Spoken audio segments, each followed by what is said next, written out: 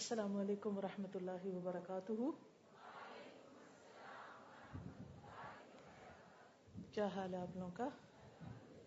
الحمدللہ. نحمده ونصلی علی رسولہ الکریم. اما بعد فاعوذ باللہ من الشیطان الرجیم.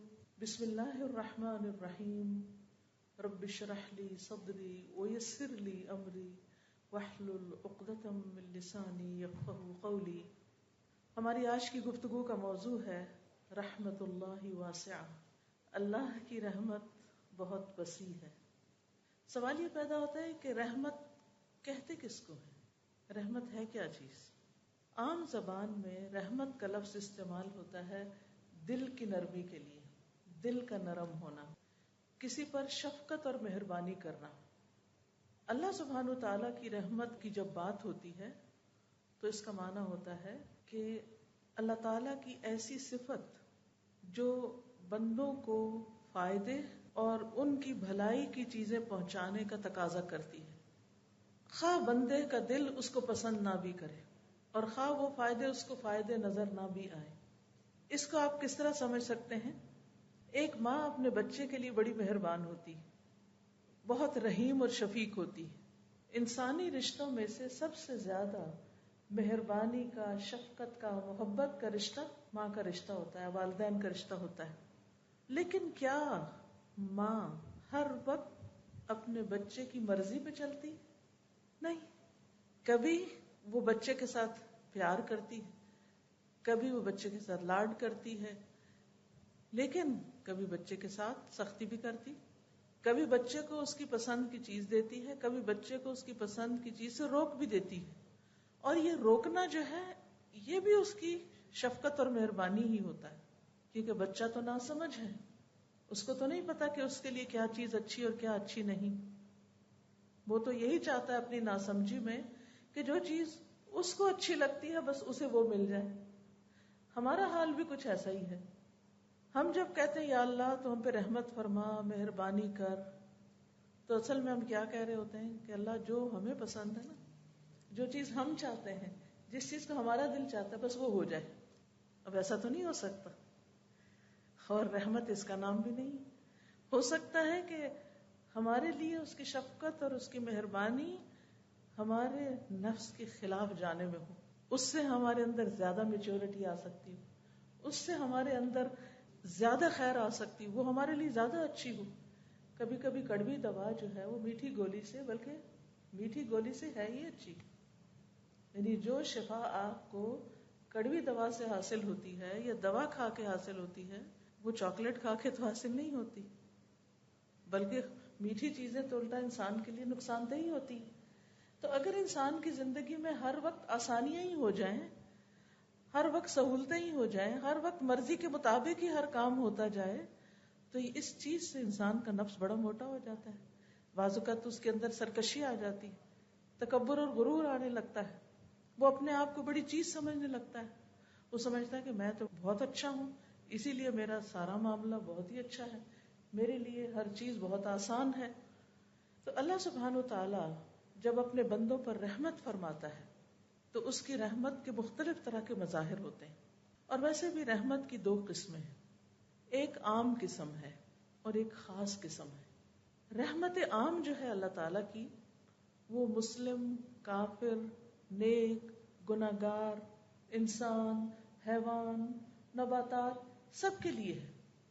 وہ خاص رحمت سب پر ہے، خواہ کوئی اس کا وفادار ہے یا نہیں ہے، وہ سب کے لیے مہربان ہے. وہ سب کو رزق دے رہا ہے، سب کو زندگی سے لطف اندوز ہونے کا موقع دے رہا ہے. اللہ سبحانہ وتعالیٰ کا ارشاد ہے رحمتی وسعت کل شیء، میری رحمت ہر چیز کو گھیرے ہوئے ہے. سورۃ غافر آیت 7 میں آتا ہے وسعت کل شیء رحمتا، تو نے اپنی رحمت اور علم سے ہر چیز کا احاطہ کر رکھا ہے، یعنی تیری رحمت ہر چیز کو گھیرے ہوئے ہے. دوسری قسم جو رحمت خاص ہے، وہ اللہ سبحانہ وتعالیٰ کی رحمت اس کے خاص بندوں جیسے انبیاء، رسل، اولیاء اور مومن بندوں کے ساتھ ہے، اور یہ خاص رحمت ہے. قرآن مجید سورۃ الاحزاب میں آتا ہے وَكَانَ بِالْمُؤْمِنِينَ رَحِيمًا، اور اللہ مومنوں پر بڑا مہربان ہے، بہت مہربان ہے، یعنی ایمان والوں پر وہ ہمیشہ ہی بڑا مہربان ہے۔ ایک اور جگہ پر آتا ہے سورۃ التوبہ میں انہ بہم رؤوف الرحیم، کیونکہ اللہ مسلمانوں پر بڑا مہربان اور رحم کرنے والا ہے۔ لیکن آپ نے دیکھا ہوگا کہ انبیاء اور اولیاء اور مومنوں پر ہمیشہ اچھے حالات تو نہیں ہوتے، وہ تکلیفوں سے بھی گزرتے ہیں، ناپسندیدہ حالات سے بھی گزرتے ہیں، لیکن وہ آزمائشیں بھی ان پر ایک طرح سے اللہ کی رحمت ہی ہوتی ہے، کیونکہ ان کے ذریعے وہ ان کا حوصلہ بھی بلند کرتا ہے اور ان کے درجات بھی بلند کرتا ہے۔ بہت سی چیزیں انسان کو جو آسانی سے مل جاتی ہیں ان کی وہ قدر نہیں ہوتی، لیکن جس چیز کو انسان مشقت کے بعد حاصل کرتا ہے پھر اس کی قدر بھی اور طرح کی ہوتی ہے۔ بہرحال یہ یاد رہے کہ اللہ سبحانہ وتعالی کی رحمت ہر چیز کو گھیرے ہوئے ہے، وَرَحْمَتِي وَسِعَتْ كُلَّ شَيْءٍ۔ اسی طرح حاملین عرش فرشتے جو ہیں، جو عرش اٹھائے ہوئے ہیں، وہ اللہ سبحانہ وتعالی کی رحمت کے بارے میں کہتے ہیں الذین یحملون العرش ومن حولہ یسبحون بحمد ربہم ویؤمنون بہ ویستغفرون للذین آمنوا ربنا وسعت كل شیء رحمتا وعلما فاغفر للذین تابوا واتبعوا سبیلک وقہم عذاب الجحیم۔ جو فرشتے عرش اٹھائے ہوئے ہیں اور جو اس کے ارد گرد ہے، یعنی کچھ تو عرش اٹھائے ہوئے ہیں اور کچھ عرش کے گرد گھیرا ڈالے ہوئے ہیں، وہ سب اپنے پروردگار کی حمد کے ساتھ اس کی تسبیح کرتے ہیں اور اس پر ایمان رکھتے ہیں، اور ایمان والوں کے لیے استغفار کرتے ہیں، بخشش کی دعائیں مانگتے ہیں۔ کیا کہتے ہیں؟ اے ہمارے رب، تو نے اپنی رحمت اور علم سے ہر چیز کا احاطہ کر رکھا ہے، لہٰذا جن لوگوں نے توبہ کی ہے اور تیری راہ کی پیروی کی ہے انہیں تو بخش دے اور دوزخ کے عذاب سے بچا لے۔ تو اس سے یہ پتہ چلتا ہے کہ فرشتے اللہ کی رحمت کا وسیلہ بنا کر ایمان والوں کے لیے استغفار کی اور رحمت کی دعائیں کرتے ہیں۔ اس سے ہمیں اندازہ ہوتا ہے کہ یہ ایمان جو ہے یہ بذات خود کتنی قیمتی چیز ہے۔ اللہ سبحانہ تعالیٰ کی رحمت کے سلسلے میں ایک اور بات یاد رہے کہ اللہ سبحانہ تعالیٰ نے رحمت کو اپنے لیے لازم کر رکھا ہے۔ سورۃ الانعام میں آتا ہے کتب ربکم علی نفسہ الرحمہ، تمہارے رب نے رحم کرنا اپنے اوپر لازم کر لیا ہے۔ اس لیے ہمارے دل میں کبھی یہ خیال نہیں جانا چاہیے کہ میرے ساتھ بڑا ظلم ہوا ہے، یا اللہ سبحانہ تعالیٰ مجھ پر رحم نہیں کر رہا، یا میرے ساتھ زیادتی ہو گئی ہے، یعنی کسی بھی تکلیف، دکھ یا مصیبت کے وقت نہیں۔ اللہ اپنے بندوں پر نہایت مہربان ہے۔ حدیث مبارکہ میں آتا ہے رسول اللہ صلی اللہ علیہ وسلم نے فرمایا جب اللہ تعالیٰ مخلوق کو پیدا کر چکا تو اپنی کتاب یعنی لوح محفوظ میں جو اس کے پاس عرش پر موجود ہے اس نے لکھا کہ میری رحمت میرے غضب پر غالب ہے۔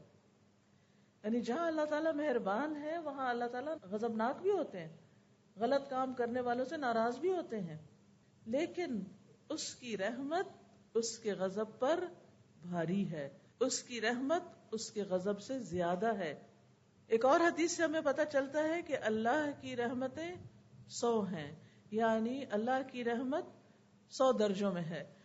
ان میں سے ایک جنات، انسانوں، چوپایوں، کیڑوں مکوڑوں کے لیے نازل کی ہے اس نے، جس کی وجہ سے وہ ایک دوسرے پر شفقت اور مہربانی کرتے ہیں، رحم کرتے ہیں۔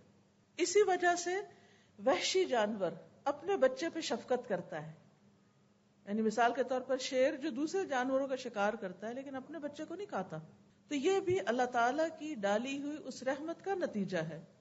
اور جو 99 حصے ہیں اس کی رحمت کے، وہ اللہ سبحانہ تعالیٰ نے قیامت کے لیے مخصوص کر رکھے ہیں، جو اپنے بندوں پر خاص رحمت کرے گا، یعنی اپنے بندوں کو رحمت سے نوازے گا۔ دنیا میں بھی انسان کو اس رحمت کی ضرورت ہے، لیکن حقیقت یہ ہے کہ قیامت کے دن ہم سب کو اس کی بہت زیادہ ضرورت ہے۔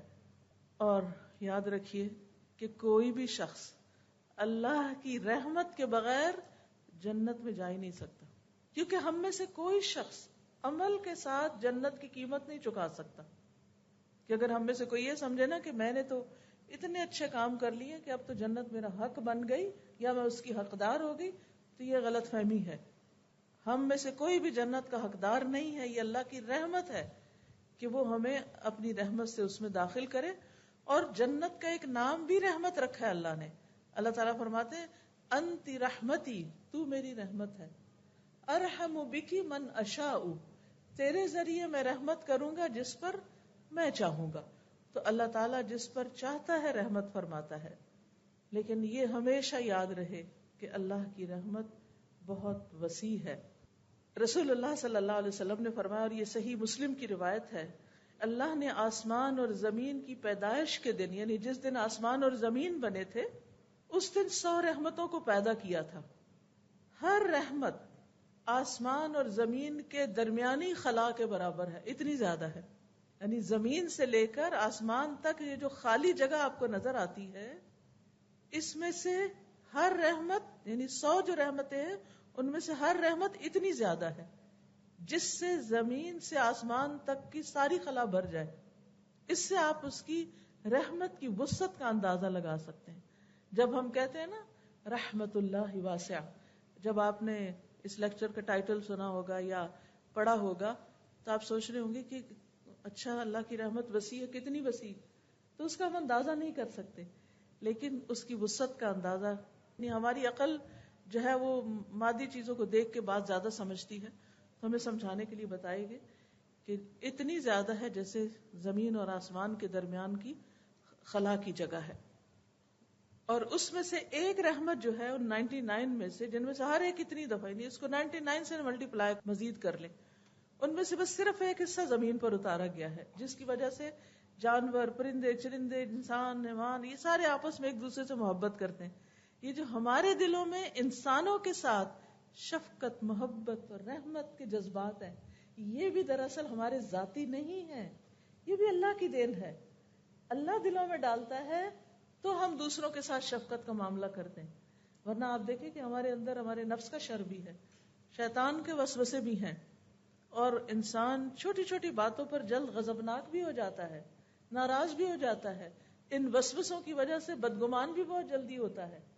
لیکن اللہ سبحانہ و تعالیٰ کی جو رحمت ہے، جس بندے پر ہو جائے پھر اس کے اندر نرمی بھی آ جاتی، اس کے اندر برداشت آ جاتی، اس کے اندر حسن ظن آ جاتا ہے، وہ دوسروں کا خیر خواہ ہو جاتا ہے، وہ دوسروں کے ساتھ شفقت اور محبت کا سلوک کرتا ہے.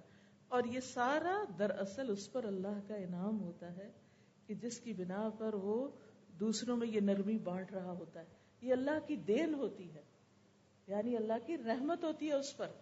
اور جن کے ساتھ وہ کر رہا ہوتا ہے ان پر بھی اصل میں اللہ ہی کی رحمت ہوتی ہے کہ ان کو اس رحمت میں سے ایک حصہ ملتا ہے، اس محبت میں سے ایک حصہ ملتا ہے. ورنہ کس کی مجال اور کس کی توفیق کہ کوئی کسی کے ساتھ رحمت اور مہربانی کا سلوک کرے اور یہ رحمتیں اور محبتیں بانٹتا پھرے. یہ انسانوں کے بس کی بات نہیں، یہ بھی سراسر اس کی محبت ہی کی وجہ سے ہے، اس کی رحمت کی وجہ سے ہے. لیکن یہ صرف کیا ہے؟ 1%، ایک حصہ. فیصد کا مطلب ہوتا ہے 1%، یعنی 100 رحمتوں میں سے 1%، جس کی وجہ سے یہ ہم سب ایک دوسرے کے ساتھ شفقت اور مہربانی کا سلوک کرتے ہیں. اور جیسے ایک اور حدیث میں آتا ہے کہ اسی سبب سے جانور اپنا کھر اپنے بچے سے اٹھا لیتا ہے، اس پر رحمت کرتے ہوئے اور اس بات سے ڈرتے ہوئے کہ اس کو کہیں کوئی نقصان نہ پہنچ جائے. تو وہ بھی دراصل اللہ سبحانہ و تعالیٰ کی ڈالی ہوئی رحمت ہوتی ہے اس جانور کے دل کے اندر، جس کی وجہ سے وہ اپنے بچے کے ساتھ نرمی کا سلوک کر رہا ہوتا ہے. پھر اسی طرح ایک اور حدیث کے الفاظ میں آتا ہے یہاں تک کہ گھوڑا اپنے بچے پر پاؤں نہیں مارتا. ویسے تو کوئی اس کے قریب جائے نا تو گدھا یا گھوڑا یا دلتی مارتا ہے تو اس کے قریب نہیں آتا، لیکن وہ اپنے بچے کو نہیں مارتا. کیوں نہیں مارتا؟ کیونکہ اللہ نے اس کے بچے کے لیے اس کے اندر ایک شفقت اور رحمت رکھی ہے. یاد رکھیے کہ جو شخص اللہ کی رحمت کو جان لے اور اس کو پہچان لے، وہ کبھی بھی اللہ کی رحمت سے مایوس نہیں ہوتا، اس کے اندر پھر مایوسی نہیں آتی. ابو ہریرہ کہتے ہیں کہ رسول اللہ صلی اللہ علیہ وسلم نے فرمایا اگر مومن کو یہ علم ہو جائے کہ اللہ کے پاس سزا کیا ہے تو کوئی شخص اس کی جنت کی امید نہ رکھے، اور اگر کافر کو یہ معلوم ہو جائے کہ اللہ کے پاس رحمت کس قدر ہے تو کوئی بھی اس کی جنت سے مایوس نہ ہو. اس سے بھی اندازہ لگایا جا سکتا ہے کہ اللہ کی رحمت اگر اس کو انسان پہچان لے تو انسان کے اندر کتنی خوشی بھر جائے. پھر اسی طرح یہ ہے کہ اللہ سبحانہ وتعالیٰ کی رحمت جو ہے وہ قیامت کے دن جو ہوگی وہ اللہ کے نافرمانوں پر بھی ہوگی. اسی وجہ سے ان کی بخشش ہوگی. رحمت نہ ہو تو بخشش ہی نہیں ہو سکتی. جب ہم کہتے ہیں یا اللہ تو رحم کر دینا، اس کا مطلب ہے کہ ہم قابل تو نہیں بخشش کے یا جنت کے، لیکن تو ہم پر رحم فرما دینا. اسی لیے جو شخص لا الہ الا اللہ کہہ دیتا ہے اور اللہ کو مان لیتا ہے، اگر اس کی ساری زندگی گناہوں میں گزرتی اور توبہ کیے بغیر مر جاتا ہے اور قیامت کے دن وہ جہنم میں چلا جاتا ہے، تو بھی جب اللہ تعالیٰ ان پر اپنی رحمت کا ارادہ کرے گا تو ان کو جہنم سے نکال لے گا اور انہیں جہنم میں بھی موت دے دے گا. پھر سفارش کرنے والے ان کی سفارش کریں گے اور وہ ہر آدمی اپنے دوستوں کو نکال کے لے جائے گا. یعنی جو نیک دوست جنت میں پہنچے ہوں گے وہ جہنم میں جانے والے اپنے دوستوں کو نکال لیں گے کہ جو جہنم کی تکلیف سے ایک طرح سے مر چکے ہوں گے. پھر اللہ سبحانہ وتعالی ان لوگوں کو ایک خصوصی نہر میں، جس کا نام نہر حیا یا حیوان یا حیات یا نہر جنت ہوگا، یہ مختلف نام آتے ہیں اس نہر کے مختلف جگہوں پر، تو اس نہر میں وہ غسل کریں گے، اللہ ان کو اس میں ڈالے گا اور ایسے اگ آئیں گے جیسے سیلاب کے بہاؤ میں دانا اگاتا ہے، یعنی دوبارہ سے ان کے جسم ایک طرح سے پیدا ہوں گے. ایک اور حدیث سے پتہ چلتا ہے کہ ان کے جسموں پر جلنے کے نشان پھر بھی ہوں گے.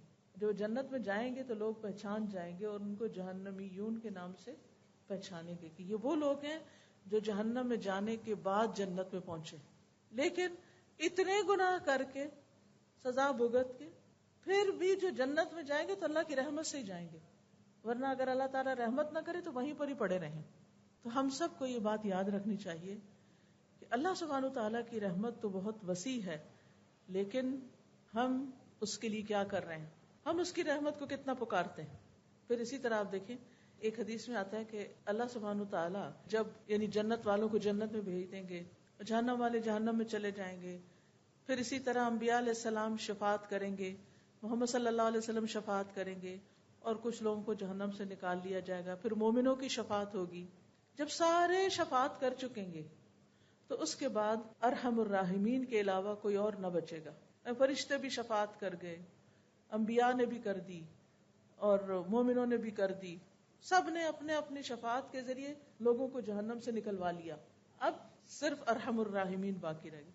آپ دیکھیں اللہ سبحانہ وتعالیٰ کی صفت رحیم، رحمان اور پھر ارحم الراحمین، یعنی سب رحم کرنے والوں میں سے بڑھ کے رحم کرنے والا. اب کیا ہوگا، اللہ سبحانہ وتعالیٰ ایک مٹھی بھر آدمیوں کو جہنم سے نکالیں گے. یہ وہ آدمی ہوں گے جنہوں نے کبھی کوئی بھلائی نہ کی ہوگی، جن کے اندر کوئی خیر نہیں ہوگی. یہ لوگ جل کے کوئلہ ہو چکے ہوں گے.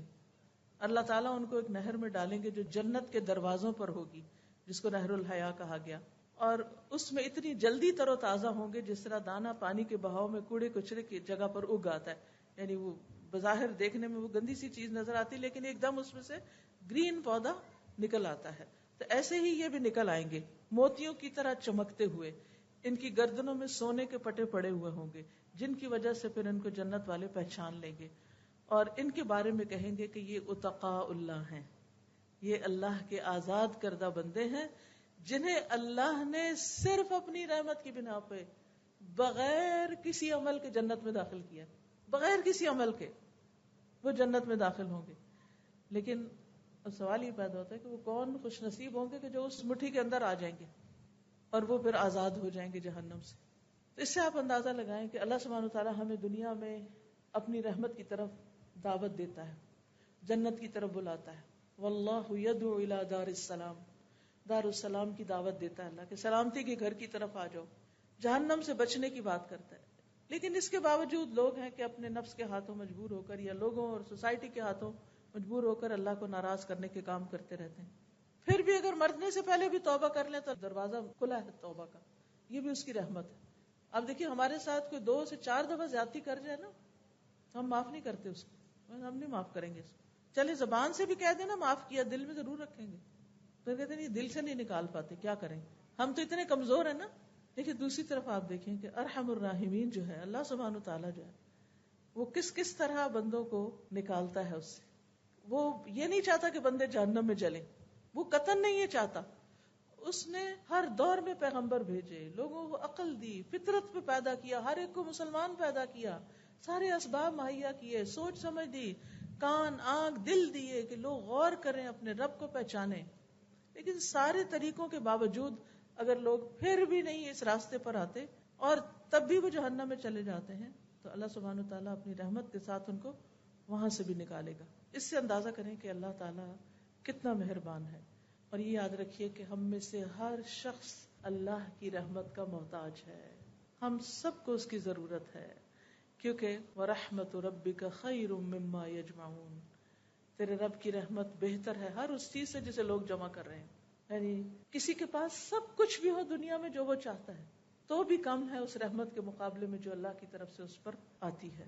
کیونکہ انسان کو اس رحمت کی حرص ہونی چاہیے، اس کی دعا کرنی چاہیے، اور اس کو حاصل کرنے کے لیے انسانوں کے ساتھ مہربانی کرنی چاہیے. کیونکہ ارحموا من فی الارض یرحمکم من فی السماء، تم ان پر رحم کرو جو زمین میں ہے، تم پر وہ رحم کرے گا جو آسمانوں میں ہے.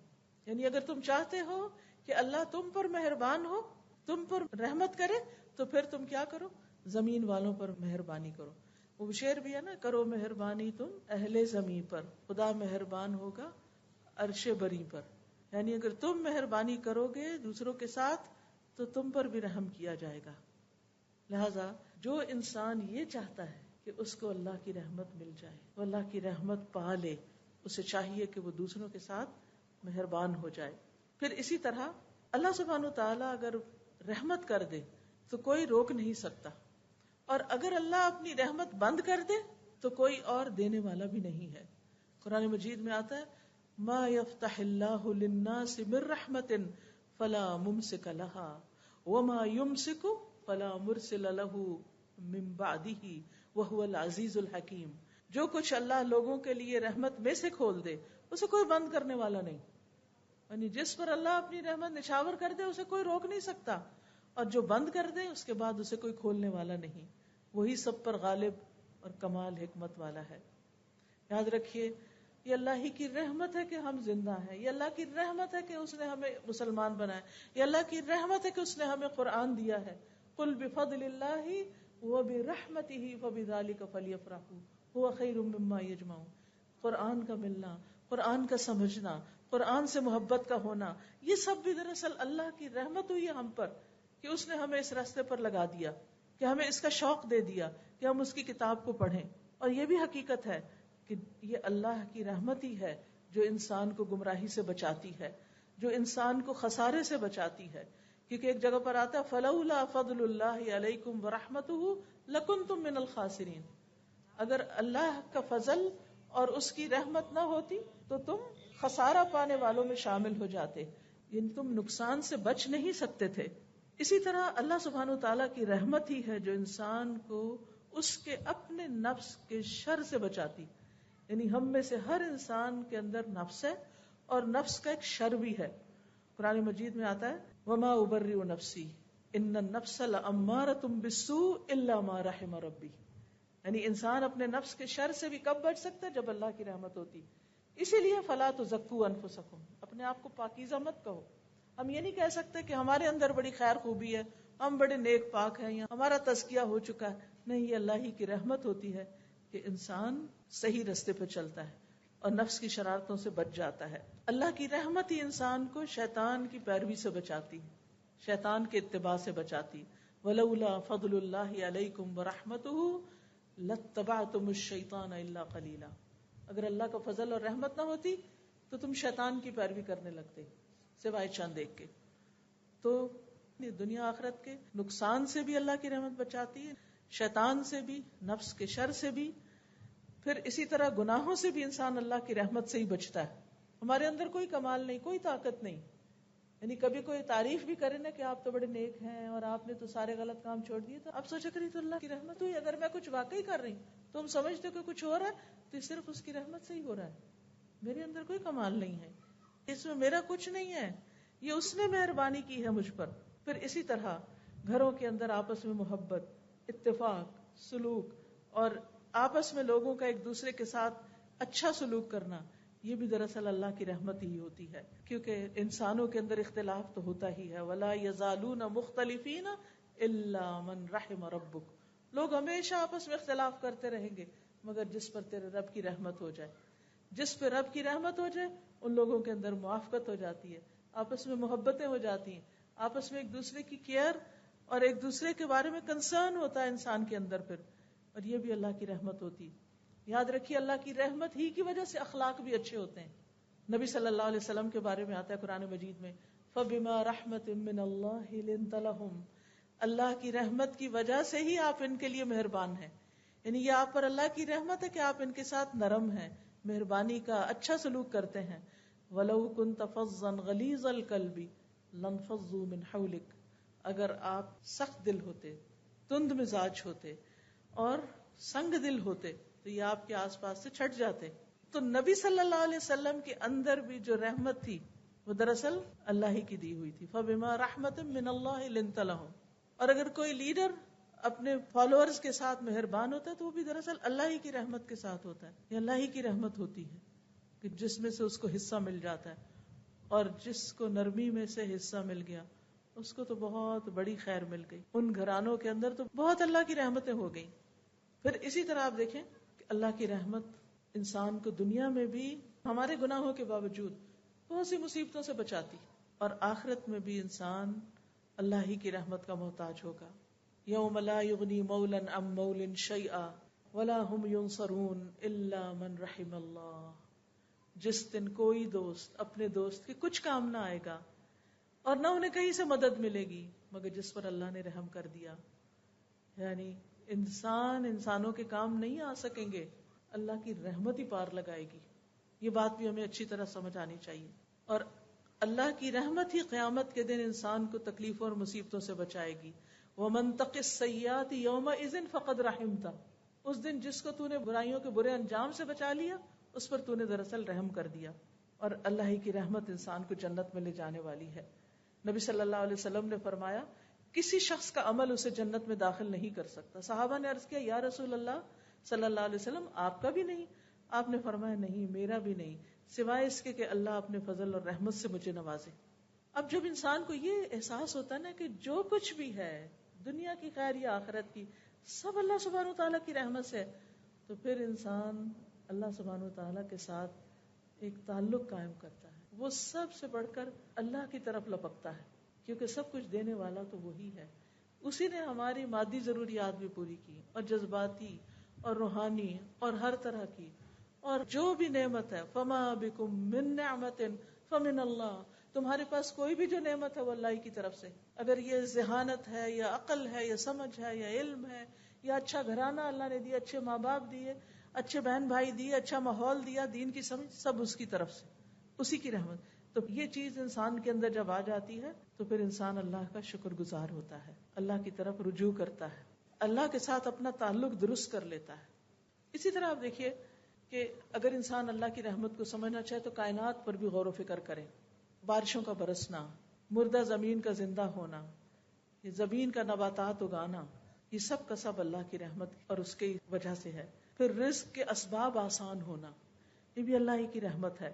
پھر اسی طرح نعمتوں کی کثرت، یہ سب بھی اللہ کی رحمت ہے. اندھیروں سے روشنی کی طرف لانا، بندے کو ہدایت کا انتظام کرنا، یہ بھی اللہ تعالیٰ ہی کی رحمت ہے. پھر بندوں کے اعمال کی حفاظت کرنا، جیسے وما کان اللہ لیضیع ایمانکم ان اللہ بالناس لرؤوف الرحیم. مسلمان جو قبلے کی تحویل سے پہلے فوت ہو گئے تو ان کو فکر ہوا کہ کہیں ان کی نمازیں نہ ضائع ہو جائیں، کیونکہ انہوں نے وہ قبلے کی طرف نہیں پڑھی تھی. کیونکہ قبلہ رخ ہونا یہ نماز کے فرائض میں سے ہے، یہ لازم ہے، اس کے بغیر نماز نہیں ہوتی. تو اب ان کو سب سے پہلی فکر یہ ہوئی کہ جو لوگ اس سے پہلے ہی فوت ہو گئے تھے، کعبہ کی طرف منہ کیے بغیر ہی جو دوسری طرف منہ کر کے نماز پڑھتے رہے، ان کا کیا ہوگا.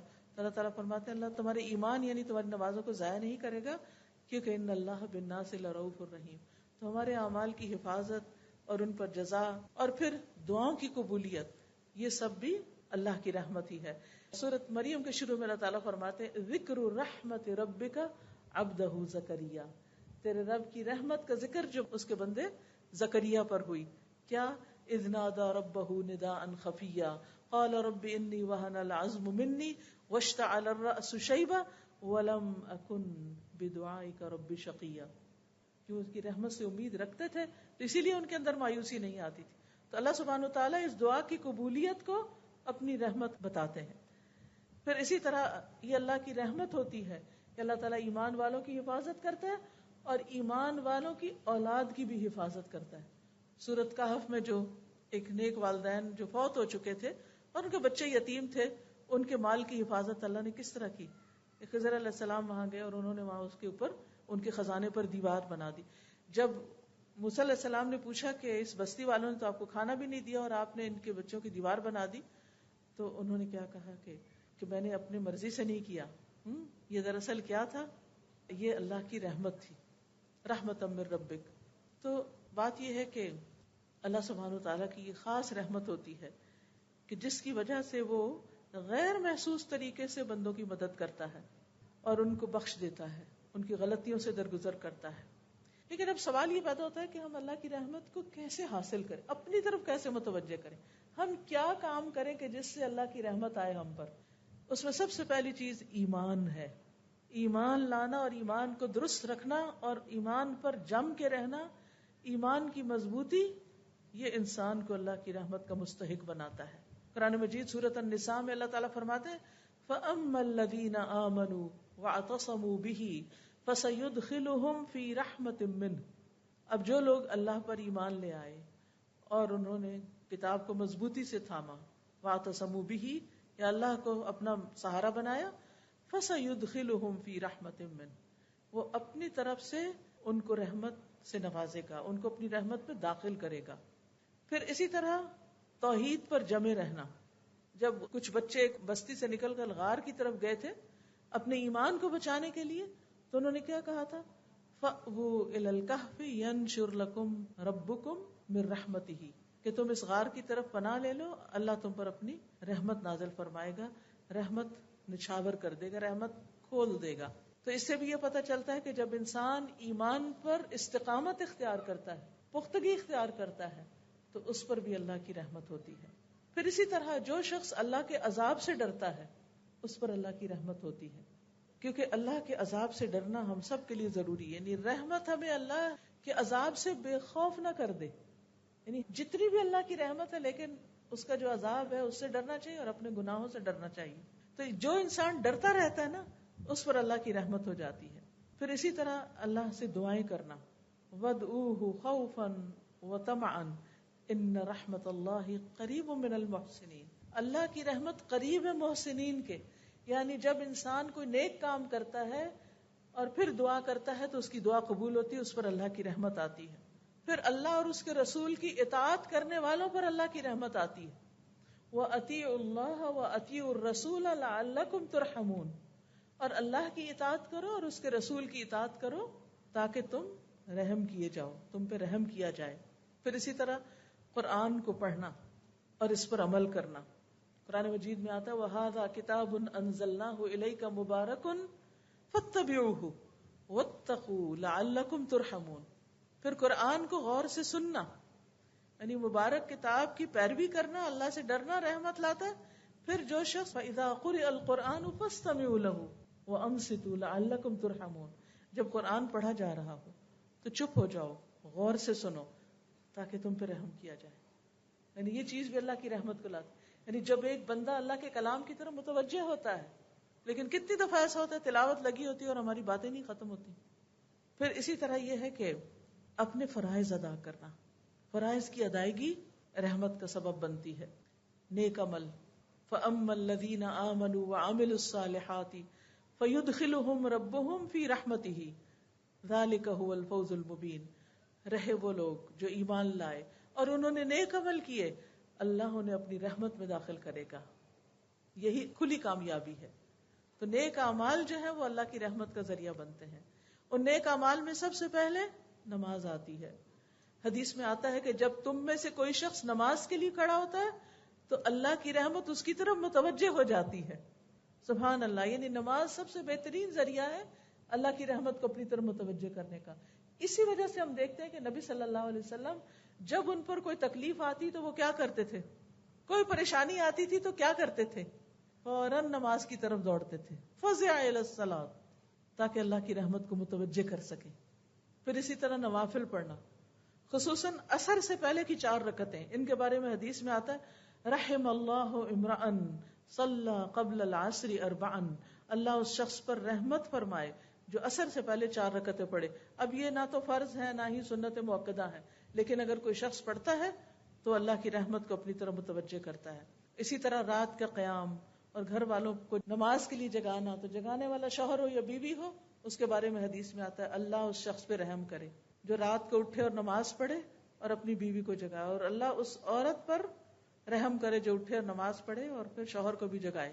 اس سے یہ پتہ چلتا ہے کہ اپنے گھر والوں کو نیکی کا حکم دینا، ان کو نیکی میں تعاون دینا اور ان کو نیکی کے راستے پر لگانا، یہ بھی رحمتیں لاتا ہے. پھر نماز کے بعد مصلی پہ بیٹھے رہنا، ذکر اذکار کرنا، دعا کرنا، یہ بھی اللہ کی رحمت کا سبب بنتا ہے.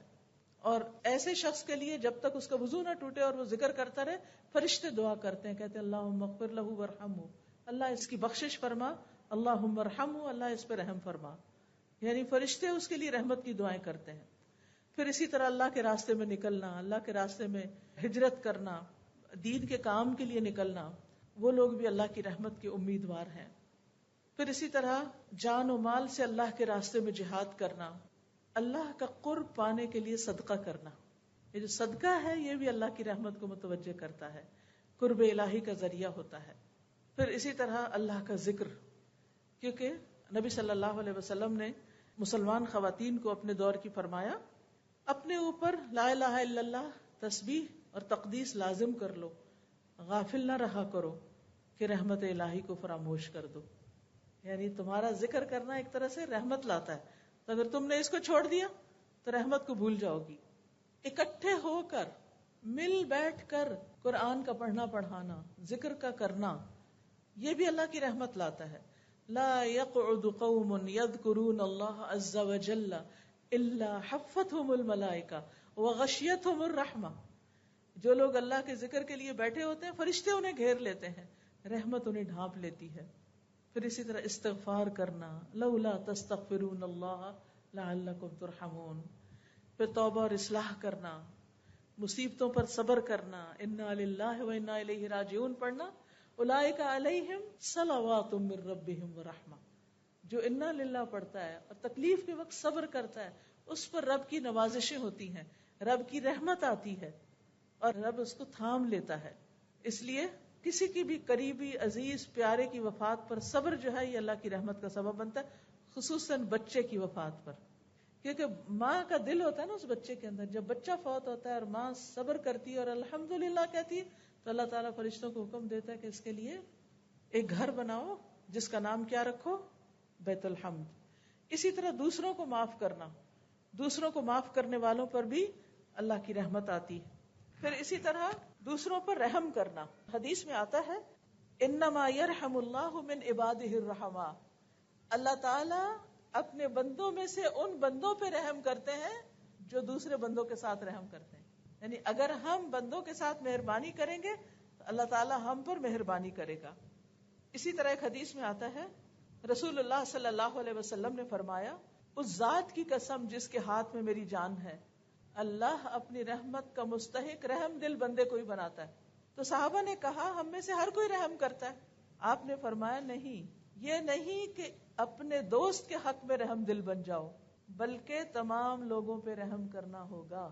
یہ بڑا اہم قاعدہ ہے، کیونکہ عموماً کیا ہوتا ہے کہ ہم اپنے رشتہ داروں، اپنے پیاروں، اپنے دوستوں کے لیے تو بڑے مہربان ہوتے ہیں، لیکن جس سے ہمارا کوئی تعلق واسطہ نہیں اس کے ساتھ ہم بعض اوقات بد اخلاقی بھی برت جاتے ہیں. ہم سوچتے ہیں یہ کون سا ہمیں کچھ جانتا ہے، اس کے ساتھ جو چاہے ہم کریں. نہیں، جس کو جانتے ہیں اس کے ساتھ بھی اور جس کو نہیں جانتے اس کے ساتھ بھی. پھر پرندوں اور جانوروں پہ رحم کرنا. آپ کو معلوم ہوگا کہ ایک عورت نے ایک بلی کو باندھ کے مار دیا تھا اور کھانا بھی نہیں دیا، تو کیا ہوا اس کے ساتھ؟ صرف اس بلی کو مارنے کی وجہ سے اللہ سبحانہ وتعالیٰ نے اس کو جہنم میں پھینکا. تو جانوروں پر بھی رحم بڑا ضروری ہے. نبی صلی اللہ علیہ وسلم نے فرمایا جس نے رحم کیا اگرچہ چڑیا کو ذبح کرنے کا معاملہ ہو، چڑیا کیا کر سکتے ہو، تمہارے ہاتھوں میں پکڑی ہوئی ہے، جس نے رحم کیا اگرچہ چڑیا کو ذبح کرنے کا معاملہ ہو، اللہ قیامت کے دن اس پہ رحم فرمائے گا. پھر اسی طرح ایک شخص نے کہا اللہ کے رسول میں بکری ذبح کرتا ہوں اور اس کے ساتھ شفقت کرتا ہوں، یعنی اس کو پانی پلا کے، اس پہ ہاتھ پھیر کے، اس کو اچھی طرح لٹا کے، کیونکہ بعض ہوتے ہیں نا ڈانٹ ڈپٹ گالیاں دیتے دیتے وہ ذبح کر دیتے ہیں، جانوروں کے ساتھ سختی کرتے ہو نہیں، اس نے کہا کہ میں بکری ذبح کرتا ہوں اور اس کے ساتھ شفقت کرتا ہوں. تو آپ نے فرمایا اگر تو نے بکری کے ساتھ شفقت کی تو اللہ تعالیٰ تجھ پہ رحم فرمائے گا. کوئی نہیں ہمیں دیکھ رہا ہوتا، اللہ تو دیکھ رہا ہوتا ہے نا کہ ہم کس کے ساتھ کیا معاملہ کرتے ہیں. اسی طرح خرید و فروخت کے وقت، رکشے ٹیکسی والے کے ساتھ معاملہ کرتے وقت، قرض کے لین دین کے وقت، قرض کا تقاضا کرتے وقت، نبی صلی اللہ علیہ وسلم نے فرمایا اللہ ایسے شخص پر رحم کرے جو بیچتے وقت، خریدتے وقت اور تقاضا کرتے وقت نرمی سے کام لیتا ہے. پھر مسلمانوں کے درمیان صلح کرا دینا، آپس میں لوگوں کو جوڑنا، یہ بھی رحمت کا باعث بنتا ہے. امر بالمعروف اور نہی عن المنکر کرنا، اس سے بھی رحمت آتی ہے. قرآن مجید میں آتا ہے المؤمنون والمؤمنات بعضهم اولیاء بعض یأمرون بالمعروف وینہون عن المنکر ویقیمون الصلاة ویؤتون الزکاة ویطیعون اللہ ورسولہ اولئک سیرحمہم اللہ ان اللہ عزیز حکیم. مومن مرد اور مومن عورتیں ایک دوسرے کے مددگار ہیں جو بھلے کام کا حکم دیتے ہیں اور برے کام سے روکتے ہیں. وہ نماز قائم کرتے ہیں اور زکوٰۃ ادا کرتے ہیں اور اللہ اور اس کے رسول کا حکم مانتے ہیں. یہی لوگ ہیں جن پہ اللہ رحم فرمائے گا. یعنی ان کاموں سے بھی اللہ کی رحمت آتی. پھر اسی طرح جماعت سے جڑ کے رہنا، لوگوں کے ساتھ مل کے رہنا. حدیث میں آتا ہے والجماعۃ رحمت والفرقۃ عذاب. جماعت رحمت ہے، یعنی آپس میں مل جل کے رہنا، مل کے کام کرنا، ٹیم ورک کا ہونا رحمت ہے، اور افتراق عذاب ہے. پھر عیادت کرنا کسی بیمار کی، جب تک انسان مریض کے پاس بیٹھتا ہے اسے اللہ کی رحمت ڈھانپ لیتی ہے. اسی طرح رمضان کا مہینہ رحمتوں کا مہینہ ہے. رمضان میں کیا ہوتا ہے فتحت ابواب الرحمہ، رحمت کے دروازے کھول دیے جاتے ہیں، جہنم کے دروازے بند کر دیے جاتے ہیں. پھر نبی صلی اللہ علیہ وسلم کی احادیث کو لوگوں تک پہنچانا، یہ رحمت کا باعث بنتا ہے. نبی صلی اللہ علیہ وسلم نے دعا کی رحم اللہ امرأ سمع مقالتی، اللہ اس شخص پہ رحم فرما دے جس نے میری بات سنی. ایک اور جگہ آتا ہے سمع منی حدیثا، جس نے مجھ سے حدیث سنی، فبلغہ کما سمع، تو جیسی سنی ویسے پہنچا دی.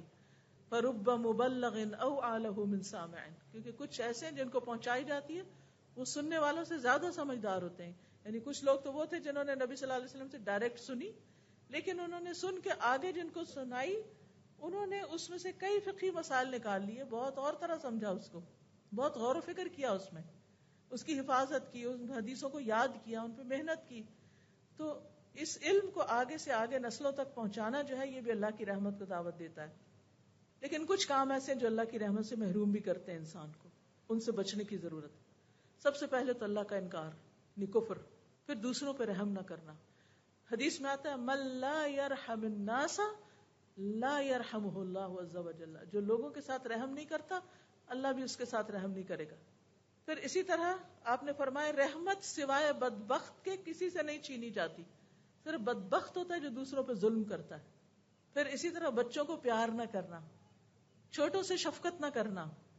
پھر اسی طرح گھروں میں تصویریں اور کتے رکھنا، اس سے بھی رحمت نہیں آتی، رحمت کے فرشتے نہیں آتے اس میں. اور پھر آخر میں یہ کہ رحمت کے حصول کے لیے دعائیں بھی کرنی چاہیے. قرآن و سنت میں ہمیں کئی دعائیں ملتی ہیں جس سے ہم اللہ کی رحمت کو پکار سکتے ہیں. اور پھر رحمت کی دعا کرنے کے خاص مواقع بھی ہیں، جیسے نماز میں اس میں آتا ہے اللہم اغفر لی وارحمنی، جیسے 2 سجدوں کے بیچ میں. اسی طرح صبح و شام کے اذکار میں بستر پر لیٹتے ہوئے ان امسکت نفسی فرحمہا. پھر مجلس میں بیٹھ کے مشکل حالات میں نبی صلی اللہ علیہ وسلم یہ کثرت سے پڑھتے تھے یا حی یا قیوم برحمتک استغیث. پھر پریشانی کے وقت اللہم رحمتک ارجو فلا تکلنی الی نفسی طرفۃ عین واصلح لی شأنی کلہ لا الہ الا انت. پھر اسی طرح قرض کی ادائیگی کے لیے دعا، اس میں بھی رحمت کہ اللہ مجھ پہ رحم فرما. بارش کی دعا. پھر اسی طرح جب لوگوں کو دیکھیں کہ وہ سونا چاندی اکٹھا کر رہے ہیں تو اس وقت آپ اپنے لیے کیا دعا کریں کہ اللہ تو میرے لیے اپنی رحمت کو واجب کر دے.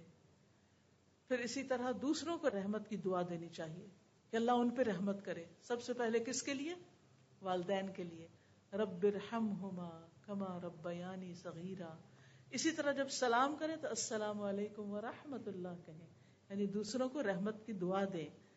پھر چھینک مارنے پر کوئی چھینک مار کے الحمدللہ کہے تو اس کو جواب دیں یرحمک اللہ، اللہ تجھ پہ رحم فرمائے. پھر اسی طرح اگر کسی کے ہاں کھانا کھائیں تو میزبان کے لیے دعا کریں کہ اللہم اغفر لہم ورحمہم وبارک لہم فیما رزقتہم، کہ اللہ ان کو بخش دے، ان پہ رحم فرما، اور جو رزق تو نے انہیں دیا ہے اس میں ان کے لیے برکت پیدا کر دے. اسی طرح کسی سے کوئی فائدہ ہمیں پہنچے اس کو بھی دعا دیں کہ اللہ سبحانہ تعالیٰ فلاں پہ رحم کرے، اس نے میرے ساتھ یہ بھلائی کی. کسی کو یاد کرتے ہوئے نبی صلی اللہ علیہ وسلم ام اسماعیل کا ذکر کرتے ہوئے فرماتے ہیں یرحم اللہ ام اسماعیل، اللہ ام اسماعیل پر رحم فرمائے. کسی کو نیک کام کرتے ہوئے دیکھیں تو اس کو رحمت کی دعا دیں. پھر اسی طرح کسی کی بات صحیح کرنی ہو، کسی کی غلطی ٹھیک کرنی ہو تو اس وقت بھی آپ کہ اللہ تم پہ رحم کرے یا اللہ فلاں پہ رحم کرے، اور پھر اس کے بعد اس کا ذکر کریں. اسی طرح کبھی آپ کسی کا تعارف لینا چاہیں تو اس وقت بھی آپ یہ دعا کر سکتے ہیں کہ اللہ تعالیٰ آپ پہ رحمت فرمائے، آپ کا کیا نام ہے، یا جو بھی اس کا تعارف یا چیز معلوم کرنی ہے آپ نے. قبرستان کی زیارت کرتے وقت، میت کے لیے دعا کرتے وقت، یہ تمام مواقع ایسے ہیں جس میں انسان دوسروں کو رحمت کی دعا دیتا ہے. لیکن اپنے لیے جو دعائیں ہیں اب ہم سب اپنے لیے مانگتے ہیں. سبحان اللہ والحمد للہ ولا الہ الا اللہ واللہ اکبر ولا حول ولا قوة الا باللہ العلی العظیم. اللہم صلی علی محمد وعلی آل محمد کما صلیت علی ابراہیم وعلی آل ابراہیم انک حمید مجید. اللہم بارک علی محمد وعلی آل محمد کما بارکت علی ابراہیم وعلی آل ابراہیم انک حمید مجید. رب اغفر وارحم وانت خیر الراحمین. اے میرے رب تو مجھے بخش دے اور مجھ پہ رحم فرما، اور تو ہی سب رحم کرنے والوں سے اچھا رحم کرنے والا ہے. ربنا آمنا فاغفر لنا وارحمنا وانت خیر الراحمین. انی مسنی الضر وانت ارحم الراحمین. انت ولینا فاغفر لنا وارحمنا وانت خیر الغافرین. ربنا ظلمنا انفسنا وان لم تغفر لنا وترحمنا لنکونن من الخاسرین. واعف عنا واغفر لنا وارحمنا وارحمنا انت مولانا فانصرنا على القوم الكافرین. ربنا لا تزغ قلوبنا بعد إذ هديتنا وهب لنا من لدنك رحمة إنك أنت الوهاب. على الله توكلنا ربنا لا تجعلنا فتنة للقوم الظالمين ونجنا برحمتك من القوم الكافرين. رب اوزعني ان اشكر نعمتك التي انعمت علي وعلى والدي وان اعمل صالحا ترضاه وادخلني برحمتك في عبادك الصالحين وادخلنا برحمتك في عبادك الصالحين. اللهم انا نسألك من فضلك ورحمتك فانه لا يملكها الا انت. رب ارحمهما كما ربياني صغيرا. یا حی یا قیوم برحمتک نستغیث. اللہ ہمارے سارے بیماروں کو صحت عطا فرما، اللہ ہمارے والدین کی بخشش فرما، اللہ ہم سب پر رحمت نازل فرما، ہم سب کی مشکلات آسان فرما، دنیا اور آخرت کی مشکلات اللہ تو اپنی رحمت سے ہمیں جنت الفردوس میں جگہ عطا فرمانا. یا اللہ ہمارے گھرانوں میں آپس میں اتحاد، اتفاق اور محبتیں پیدا کر دے اور ایک دوسرے پر مہربانیاں کرنے کی توفیق عطا فرما. اللہ ہمارے دلوں کو نرم کر دے اور ہمیں دوسروں کا خیر خواہ بنا دے. اللہ ہمارے رزق روزی میں، حلال روزی میں برکت عطا فرما اور ہم سب کو حرام سے بچا. یا رب العالمین ہمارے بچوں پہ رحم فرما. یا اللہ انہیں ہدایت عطا فرما، انہیں نیک رستے پر چلا. یا اللہ جتنے بھی لوگ یہاں آئے ہیں اللہ ان سب پر رحمت فرما. اللہ جنہوں نے اس مجلس کا اہتمام کیا ہے ان پر اپنی رحمت نازل فرما. اللہ ہم سب تیری رحمت کے فریادی ہیں، اللہ ہم سب تیری رحمت کے محتاج ہیں اور تیری رحمت کے بغیر ایک قدم بھی نہیں اٹھا سکتے. یا رب تو ہم پہ رحمت فرما اور ہمیں ایمان والی، صحت والی زندگی عطا فرما تاکہ ہم تیری اچھی سی عبادت کر سکیں اور اپنی زندگی کا مقصد پورا کر سکیں، احسن عمل لے کے واپس لوٹیں. اللہ ہمیں نیکیوں پر استقامت عطا فرما. ربنا تقبل منا انك انت السميع العليم وتب علينا انك انت التواب الرحيم وصلى الله تعالى على خير خلقه محمد وعلى آله واصحابه واهل بيته اجمعين برحمتك يا ارحم الراحمين. الہی آمین. سبحانك اللهم وبحمدك اشهد ان لا اله الا انت استغفرك واتوب الیک. السلام علیکم ورحمۃ اللہ وبرکاتہ.